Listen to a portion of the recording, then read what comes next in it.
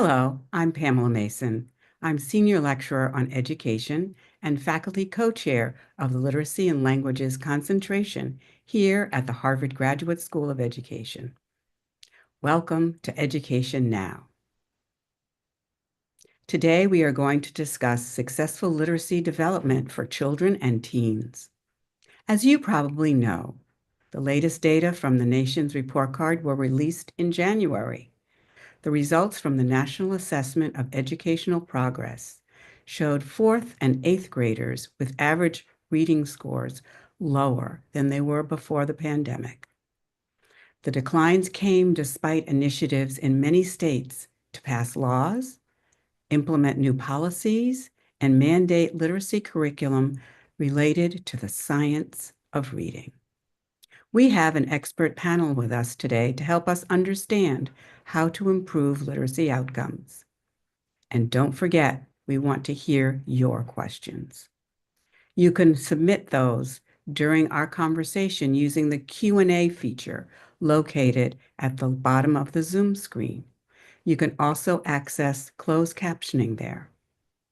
Let's get started by welcoming our guests. Both are faculty members of the Harvard Graduate School of Education. We have Phil Capin, Assistant Professor of Education, and Jimmy Kim, Professor of Education.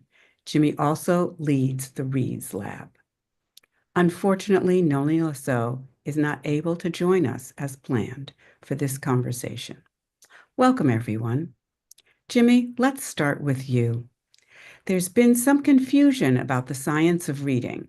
Can you help set the record straight about what the science of reading is and how it informs us about effective ways to teach reading? Well, first of all, Pamela, it's great to be here with you and with Phil and with all of our wonderful colleagues and guests. I think when we use the phrase the science of reading, what I think about is we've made a ton of progress in the field of reading research and practice. And the way that I like to explain that term is it's just a large interdisciplinary body of research that shows how kids learn to read and how we can promote reading success for all learners. So it kind of describes a process of how kids learn to read, but it also prescribes a set of evidence-based practices to make sure that all kids are successful. Pictures are worth 1,000 words. And one of the pictures that I really think brilliantly illustrates the science of reading is the reading rope. Now, Pamela and Phil, and many of you are probably very familiar with this, but it is based on Hollis Scarborough's 2001 illustration, where she shows this idea that many strands are woven into skilled reading. And the two really big strands are word recognition skills, like decoding and phonological awareness, sight word reading. And I like to think of those skills as fixed, finite, and fixable. They have a ceiling, and we're doing a great job helping all kids master those skills.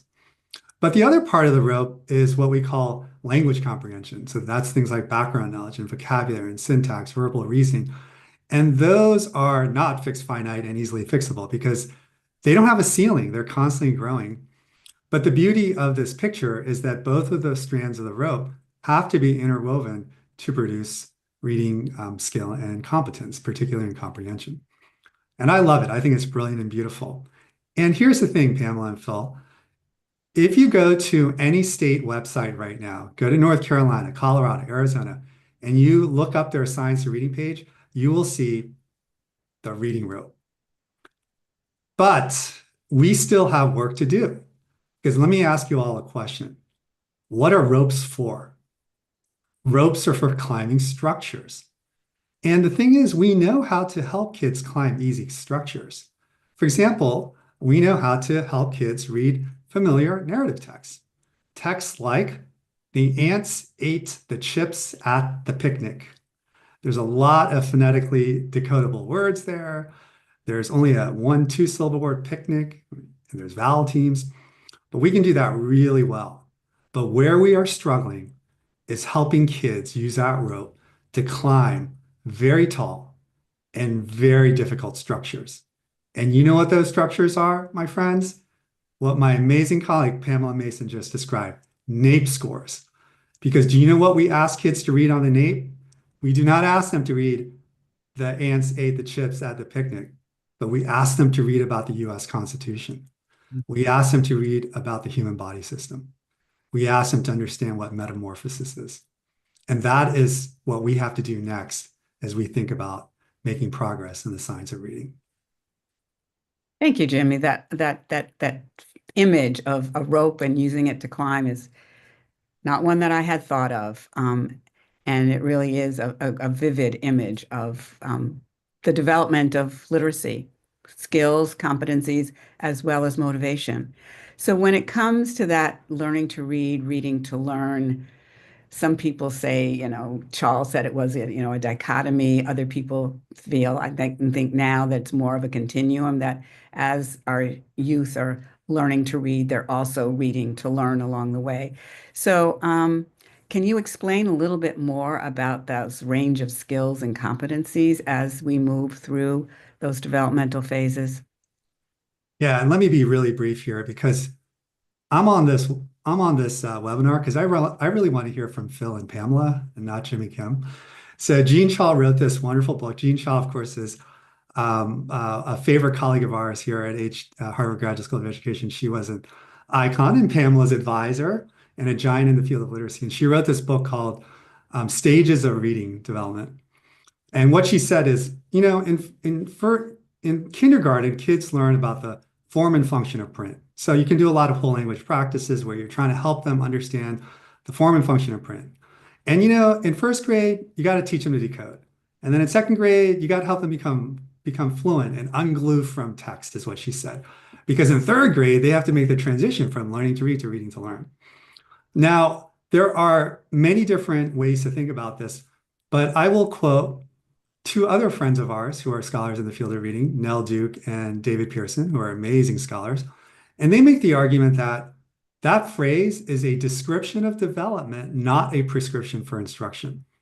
And I agree with David and Nell 100% that in fact, we can do things with kids very early in life to prepare them to read, to learn. For example, when you read aloud really hard books to your kids when they're little because they want to get PhDs in trains, your 3-year-old who wants to read everything about trains, you can teach them a lot of vocabulary. You can have great extended discourse with them. And so what I would say, Pamela, is that we really have to rethink that phrase and remember that reading to learn and preparing kids to read to learn can happen from birth, basically. From the time the kids are born, you can think about oral language development, vocabulary, all that stuff in Scarborough's robe that's in the language strand. Got to focus on that. Great. Thanks so much, Jimmy. So that leads us, Phil, to your work, because you just recently led a study looking at the state of reading comprehension, which one could associate with reading to learn. And you looked at the research for almost 50 years worth. What does the science of teaching reading comprehension tell us about how to get students successfully reading to learn? Yes. Thank you, Pamela, and thanks for the opportunity to be a part of this discussion today. As Jimmy suggested, there's the science suggests there's an array of skills and knowledge that contribute to successful reading comprehension, and that the relative importance of these skills varies across time.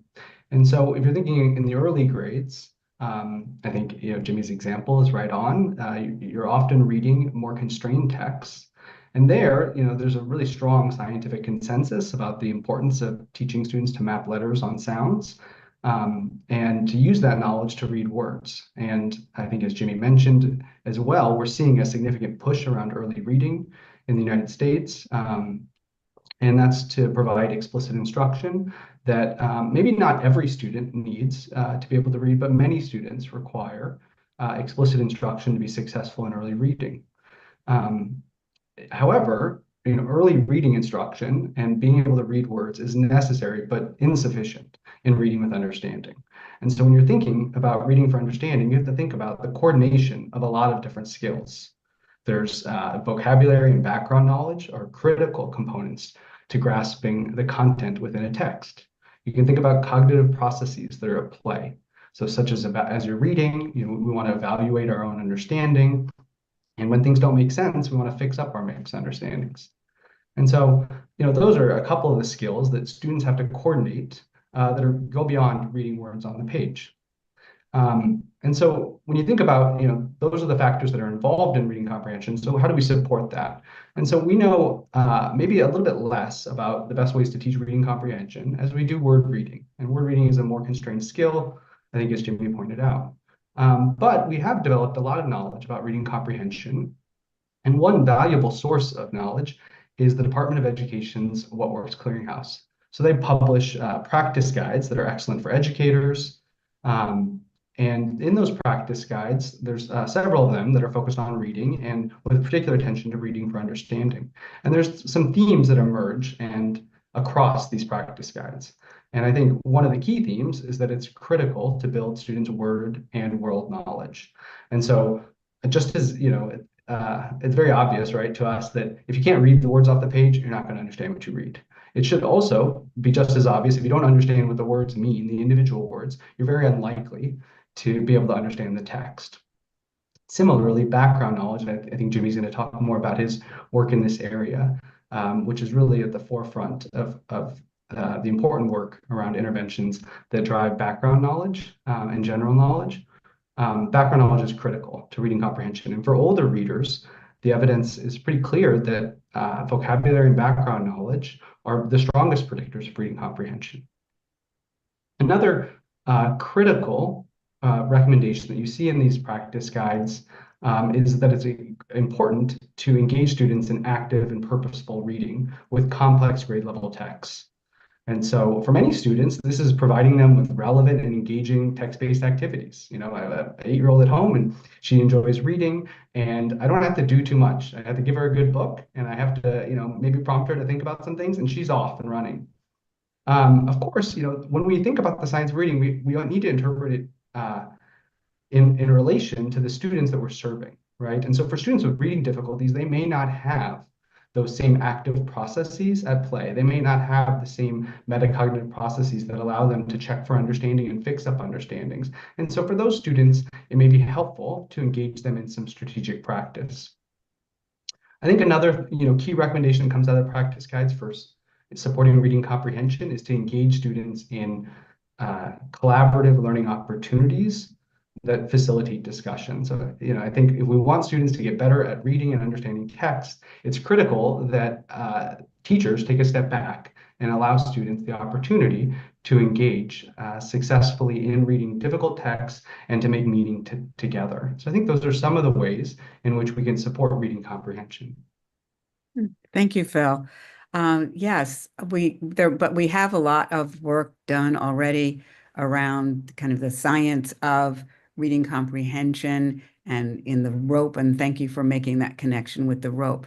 So your research shows that there's a significant gap between research-based reading comprehension practices and what we know about what practices work, kind of a riff on the What Works Clearinghouse, and yet what's going on in classrooms. Could you share a little bit about the results of the work that you've done and maybe some suggestions for our participants who are teachers or parents or relatives who want to engage with print with young people?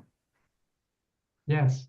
So we recently conducted a systematic review in which we evaluated prior research that had observed teachers' typical instruction. So in other words, many researchers before us had observed typical reading comprehension instruction and evaluated the ways in which teachers typically support reading comprehension.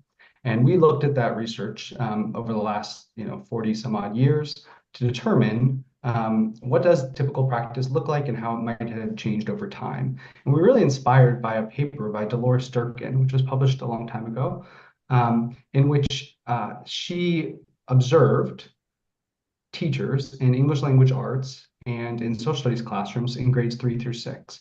And what she found had a big impact on the field at the time and still resonates with me today, is that many teachers are not supporting comprehension as well as they could. And sometimes they're assuming that students are comprehending text and asking questions just to check for understanding.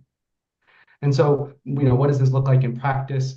what she described in her study, we now sometimes refer to as an initiate, respond, and evaluate interaction pattern. And so what that means is that, a teacher would perhaps read the text or some portion of text and then would pose a question. So if you're reading a text about ancient Egypt, you might ask, who are the leaders in ancient Egypt? Then maybe one student would respond and say the pharaohs, and the teacher would evaluate the accuracy of that. And I think in her view and in others' view, that this sort of blurs the line between instruction and assessment. How much instruction is occurring there? Are you really generating comprehension, or are you evaluating it in that context? And so we did this study to see, what has changed over time. And what we found is a little bit discouraging. I think, I've gone to many classrooms in the last 6 months in the Boston area and elsewhere, and I've seen a lot of good reading comprehension instruction. So I know that there is good reading comprehension instruction out there where students or teachers and students are engaging in the type of practices that are associated with improvements in reading comprehension. But what we found in our set of studies was that this conversation pattern, where it's sort of teacher dominated conversation, where it's maybe in a whole class setting, where the person who actually has the most developed reading comprehension, the teacher, is reading the text and then asking the questions, and sometimes then answering the questions when students wouldn't answer correctly, is still pretty prevalent. And so I think there is some room for growth. And I think, the ways in which that we're working on developing interventions that help students to improve their reading comprehension, we're really pushing in on developing knowledge, on helping students with difficulties to be more strategic and actively engaged in learning, and developing instructional curriculum and practices that engage the students in the act of reading and understanding, and trying to pull back the teachers a little bit as facilitators of comprehension. Thank you, Phil. Jimmy, I'm going to bring you back in because I know that you're doing some work around the science of reading, emphasizing code, but also the science of reading comprehension, kind of emphasizing meaning in the disciplines in science and social studies. So would you like to share some of that work and how that fits in with what Phil was explaining about kind of more active engagement, more conversation between teachers and their learners to develop? I love what Phil said about, one of the things we have to do is give kids an active purpose to reading. And I have a quibble with the phrase the science of reading. So here's my quibble. The science of reading what? You never just read. You always read something. Reading is not an intransitive verb like lie or sit. It always has an object. And Pamela, when you talked about NAEP scores, really what that means is that kids are struggling, I think, in large part, reading very complex nonfiction text that has high background knowledge demands. Well, I like to keep it real. I like to keep it concrete. Here's a NAEP fourth grade passage. It's called Blue Crabs in the Chesapeake Bay. The kids have just read the passage, and I'm going to quiz you, Phil and Pamela. The growth of a blue crab larva into a full-grown blue crab is most like the development of a human baby into a teenager, B, an egg into a chicken, C, a tadpole into a frog, D, a seed into a tree. Why is this so hard? It's because you need knowledge that's not in the text to answer the question. The writer is assuming that you know about the concept of metamorphosis. And as Phil said, you can read the words and you know what they mean. So my friends, just in case you're wondering what the answer is, of course, C, tadpole into a frog. So we built this program called MORE, which stands for Model Reading Engagement, which is designed to do just that. It's designed to build kids' background vocabulary knowledge around interesting life science, social studies topics, as Phil talked about, the many kinds of skills that have to get orchestrated. And when we think about those language skills, it's really tough to teach. And I'll just wrap it up, Pamela, by saying, I think the secret sauce to MORE is really three things. So, all right, you ready for Chick-fil-A secret sauce? Our ingredients list is not so long. Three things. One, teachers give kids a mission to solve. So in third grade, how do astronauts keep their bodies safe in the microgravity of space? So a very engaging purpose. As I like to say, to end the reading crisis, you need to give kids an end to reading. Number two, teachers help kids know words deeply. Words like system, structure, function, nervous system, all these words that tend to hang out together. Kids have to know the pronunciation, spellings, and they know these words by the company they keep. So teachers teach these words. And three, teachers help kids travel space and time by transferring these words to new contexts. So kids read a passage that says, how a skyscraper is like the human body. It has bones that keep it tall in the command center that is like the brain. And we did a study with 3,000 kids in 30 schools. We flipped a coin, and 15 schools got more and 15 didn't. And what we found is that third grade, the more kids do better than the kids who didn't get more in reading and also in math. And those results stick all the way to fourth grade. And so my headline is really simple. We've made progress in the science of reading simple text, yes. And now we need to make progress in the science of reading difficult science, math, and English language arts texts. Great. Thank you. Thank you both. Thanks, Phil. Thanks, Jimmy. This has been a great conversation, and we're going to extend it by opening it up to the questions from our participants. And the first one is, what would you say is the most important thing I can do as a preschool director to make sure we are preparing children in the best way for reading readiness?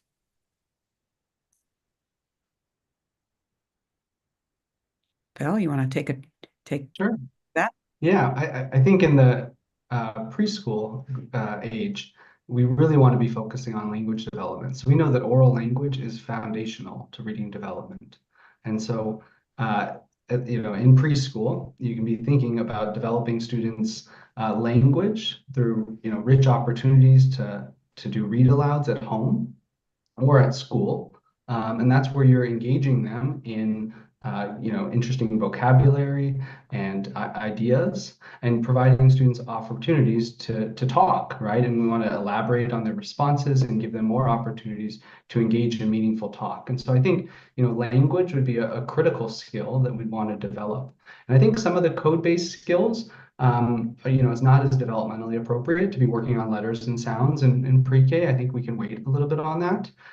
If you're really wanting to, think about the side of the reading rope, the word recognition strand, then you could work a little bit on phonological awareness. This is, if you think about phonemic awareness, that's the opportunity or the ability, excuse me, to auditorily perceive sounds within words. And so you could work on, rhyming. You could work on, when I say cat, what's the first sound you hear? And you want students to say k, right?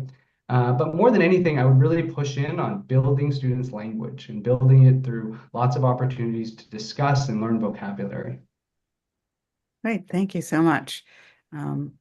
So the next question we have is, how can we work to fill in gaps left in previous years? And I don't know whether the writer is thinking about the pandemic or just what's been happening in classrooms.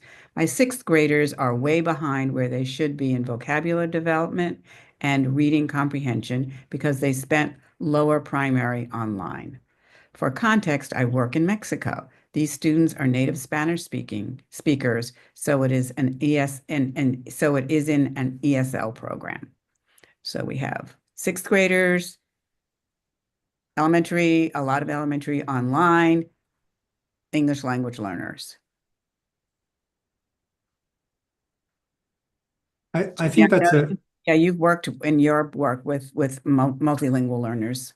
And I think that's exactly right, Pamela. And I would also say part of our study of more happened during the pandemic school year when we shut down schools. And I think that gave us some clues as to what we have to do. One is you have to give everyone the same core content, because if you over personalize, and the kids who are struggling, they'll never get access to the language opportunities that Phil talked about and learning about the human body system.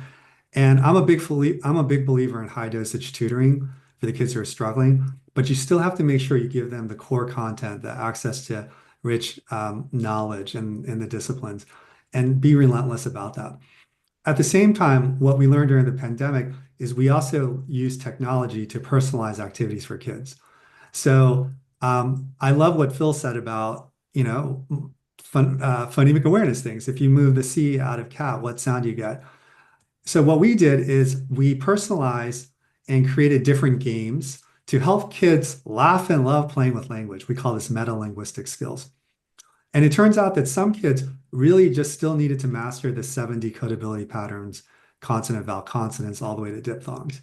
But other kids had mastered that, but they weren't really strong on the morphemes, the units of meaning. They didn't have their, morphemes down, so they had to do that. So what I would say is that Personalizing some of the word level activities is very important because kids are at different places. And if you can accelerate that at a personalized level, then you can get kids ready to engage with the content and make sure that those personalized activities are not divorced from what they're going to learn about in science and socials, but very tightly coupled. Thank you. Phil, did you want to add anything?